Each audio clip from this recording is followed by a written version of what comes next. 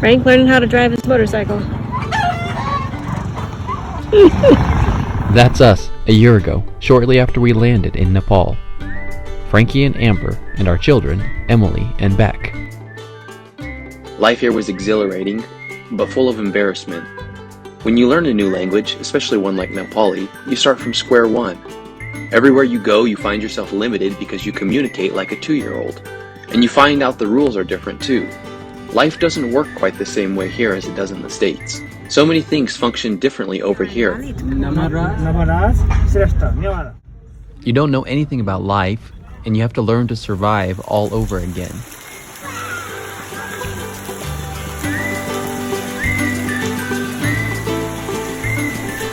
In January, our new son Lincoln was born here in a Nepali hospital.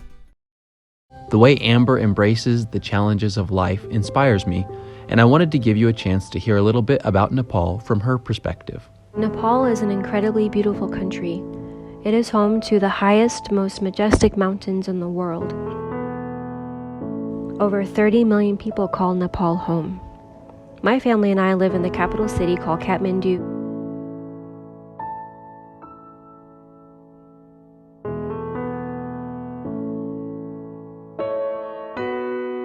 Life can get pretty interesting with people driving on the other side of the roads, with the roads being super small,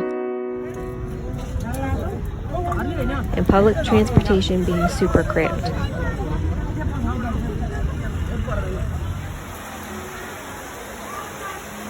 Several times this rainy season, we had a lot of flooding. Sometimes the wind blows the rain so hard that it blows it right under the doors and into the entryway of our house. This past summer, almost daily we could hear the Buddhists praying and playing their instruments in worship to their Buddhist gods.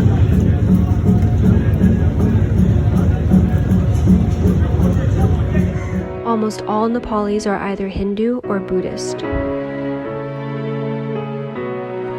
This stupa is called the Bodha Stupa, and it's within about a 5-minute walk from our house. The spiritual darkness of this country can be overwhelming. In this vast ocean of people, our family is just a tiny drop with little ability to change the course of centuries of sin and idolatry. Even so, we are confident in God's power, and we love that we are a part of His work here. Our happiest memories from this year come from our time with our church family. I think the highlight of our year was this spring when we had baptisms.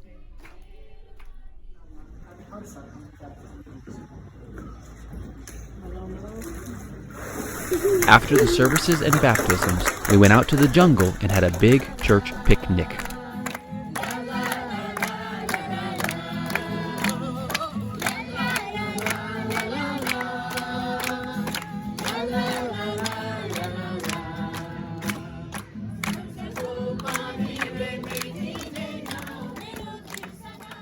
The Lord has blessed our language learning, and we've been given opportunities, Amber to teach, and me to preach in Nepali.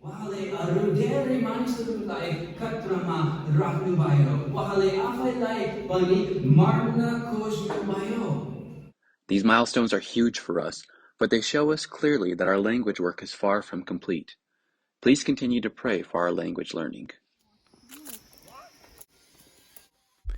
Thank you for your love for our Lord and your prayers for us as we work to expand God's kingdom in Nepal.